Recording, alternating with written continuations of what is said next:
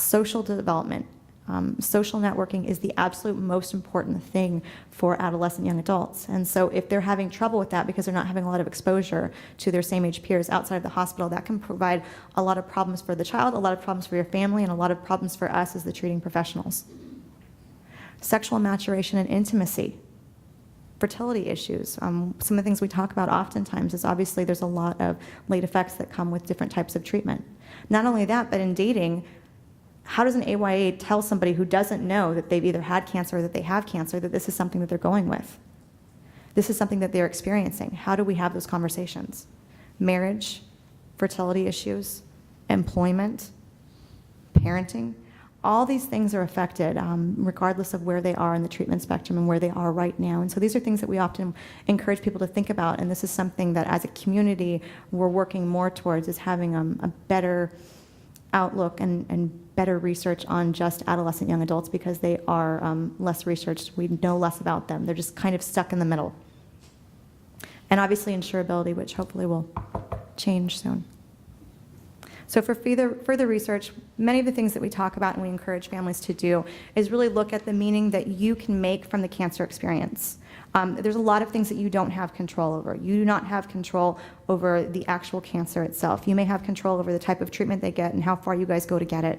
But outside of that, on a cellular level, you've lost a lot of control. So how do we help you take some of that back? And one of the big things that we talk about in terms of outcomes is the meaning that you take from this, the meaning your child takes from this, what you choose to do with this. Also, we really want to look at different models that are going to better help you, including how we can prioritize your concerns. My concern may be very different than yours.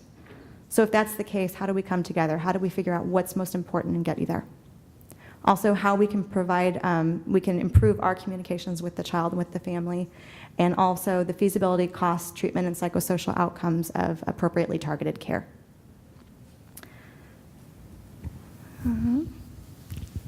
All right, do you have any questions? Thank you, Hilary. Thank you.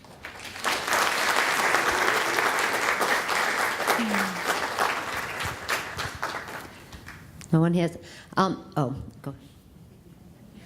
Sorry. I knew it. No, it's okay. so embarrassing. Excuse me. I'm sorry. Yeah. Okay. Hopefully none of you will ever see me again. I'm sorry.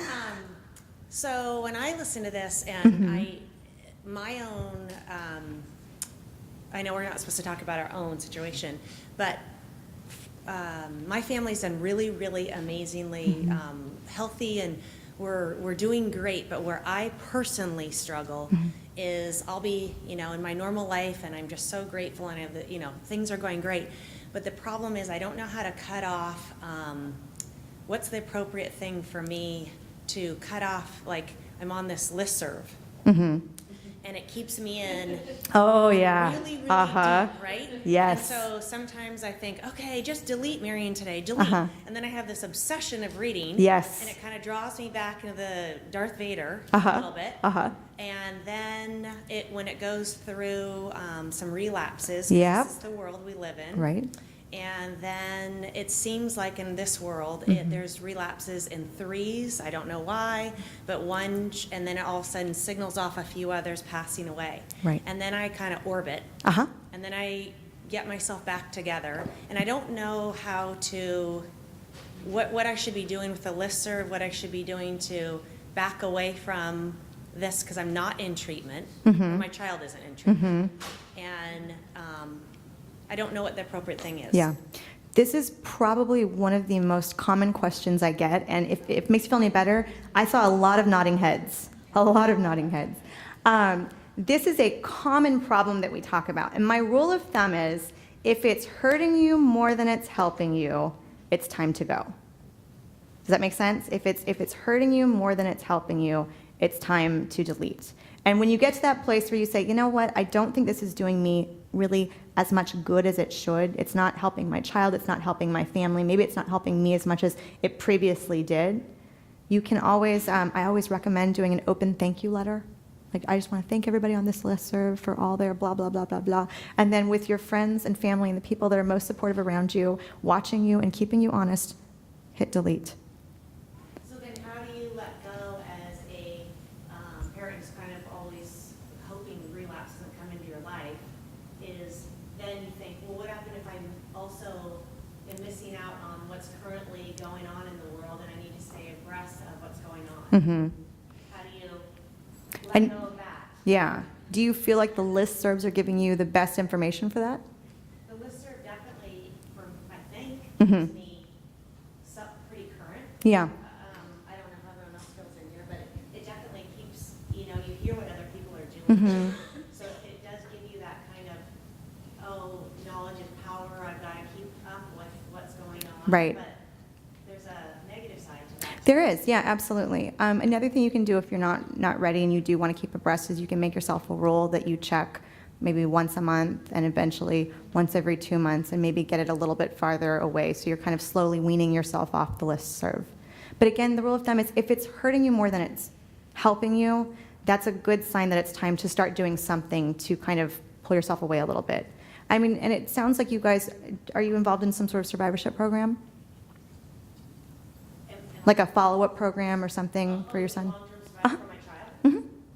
He sees his oncologist. Okay, excellent. And so that's always a really, really good place, depending on how often you guys are going, to really kind of get some of that more information and just find out in a way that, also is, I think, a little bit more well-controlled. I think the other thing, I don't know about all the other specialists here, the thing I often worry about with some of these listservs is that, again, while they can be helpful, they can also provide a lot of information that is not exactly or precisely accurate, and it can cause a lot of upset. I don't know if other people agree with that, but yeah, that's a really big challenge that we oftentimes face, and then we're getting a lot of information that's not exactly true, and then we're having to do that much more work to correct it and kind of explain what's really going on.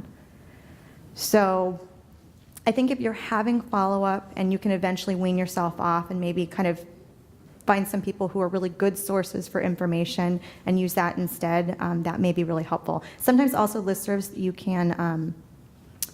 can choose certain threads that you want to continue following and certain things that you don't. So sometimes that's helpful for families too. But again, the rule of thumb with almost all this is if it's hurting you more than it's helping you, you need to find a way to let it go. Thank you. Yeah. Dr. Yannick?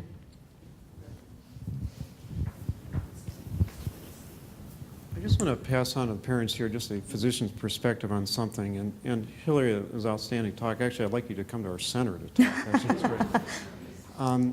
But from a physician's perspective, we look at everybody here in this room and realize that you and your children are in two different camps or worlds. And as a parent, we recognize that you focus and think about dying. You focus on death. Is my child going to live? Is my child going to be cured? Children, on the other hand, focus on living. And I think you have to recognize that. These kids focus on living. When can I ride my bike? When can I go to the school dance? When can I go back to school? When can I play Little League Baseball? When can I play soccer? I actually think, and I ask everybody here, and as a physician I'm asking, recognize that difference, that kids focus on living. You, rightfully so, focus on dying. At certain points, put yourself in your kid's position and focus on that living. Okay? Absolutely. Thank you.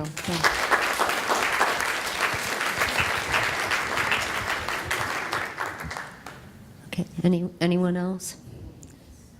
Thank you, Hilary. Thank you very much.